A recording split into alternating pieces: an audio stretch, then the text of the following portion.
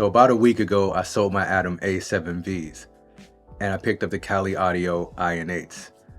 Now, one of the main reasons why I got rid of the Adams is because I kept having to fight to get a good mix. No matter what I did, I messed around with the DSP, I changed the position of them, I used room correction software, and I still just couldn't get them to sound the way that I wanted to. Now, why the Kali Audio IN8s? These were going to be my initial pick actually when I first set up my studio, but then I decided to go with the Adams at the last minute. I'm not sure why, but I did anyway. And so here we are now.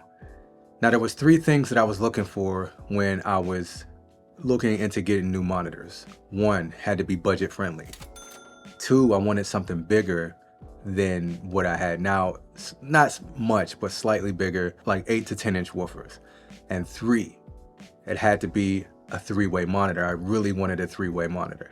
And Kali checked all the boxes, and here's where we at.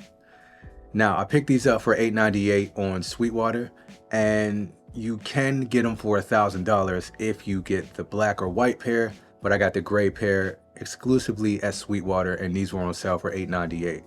So I took the money that I got from the A7Vs, flipped it, and got the Kali Audio IN8s. Now, why not go with something more expensive or a bigger brand or whatever the case may be? Why not do that? Well, the main reason is I can't afford it. It's as simple as that.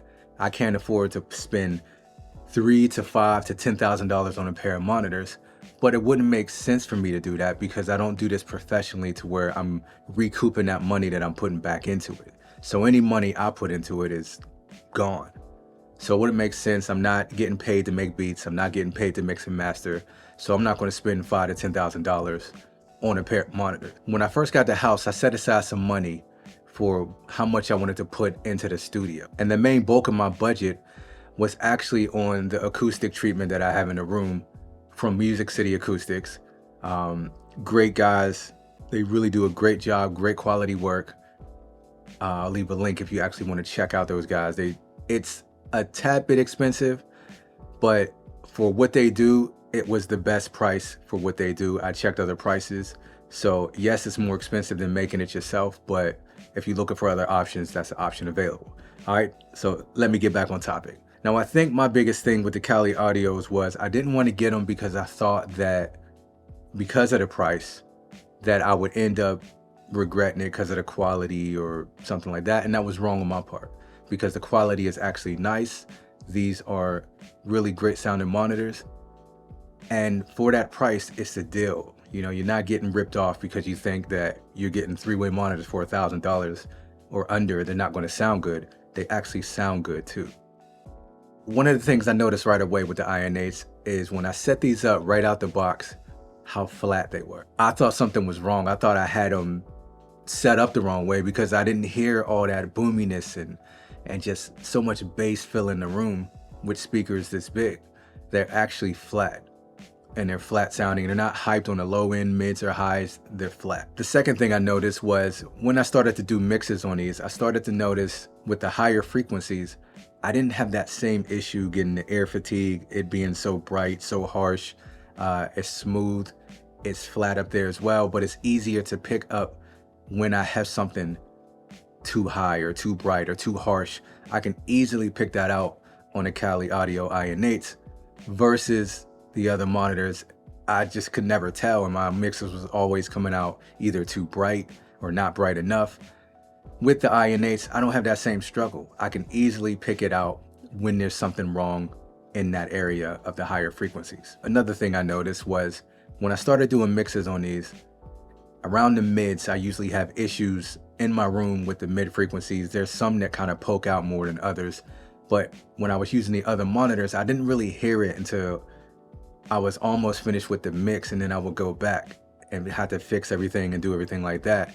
With these, I can pinpoint those mid frequencies that I don't want, or even the low mid frequencies that I don't want, and get those out of there faster. So these are allowing me to mix faster, mix better, and trust my decisions more because I can hear more clarity. I can hear more depth. I can hear more details, things that I wasn't hearing before. I can now hear those things.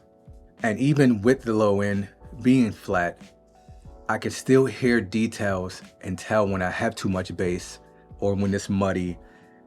That's the word I really want to talk about, is the details. You know, that's what describes it to me. I can hear more details than I heard with the Adams. Now, I'm not knocking Adams in any way. They make great monitors. They just didn't work for this room. So somebody's experience might be different than mine, but this is just my experience with them, and this is my experience with the IN8s. A couple more things stood out to me, and one of those things too was when I had these set up, I tried them horizontal and vertical, ended up with vertical. And when I have something panned left and right, it's so easy to hear it left and right if it's poking out. Like if something is panned hard right and it's too loud in the mix, I can hear that way more than I can hear it before. I could not hear things like that before. Now I can. So basically what this is all adding up to is this is really turning out to be a great sounding monitor that's allowing me to make decisions faster, easier, and not have to go back and forth and fighting with the mix like I normally had to do. Now, is this room perfect? This room isn't perfect by any means. Even with the treatment up, I still have issues. And that brings me to the next thing. I ended up picking up the IK Multimedia Arc Studio. And I'm telling you, when you put these two together, the IN8s and the Arc Studio, it took them to a whole nother level and made them sound even cleaner, clearer, even more detailed, and allow me to hear even more. And it really sounds great in this room. So I'm really happy with the decision I made to purchase the IN8s. I think it was a good investment, and I highly recommend checking these out if you haven't already. Now, I know these have been out for a while, so that's why I didn't go into specifics and details about everything about these monitors, because they've been out for a while. But all I can do is share my experience with them and let you know. Kali Audio didn't pay me to make a video. They didn't send me these monitors. I flipped it with the money I got from the A7Vs. All right, so that's all I got for you today. If you liked the video, please subscribe to the channel. Peace until next time.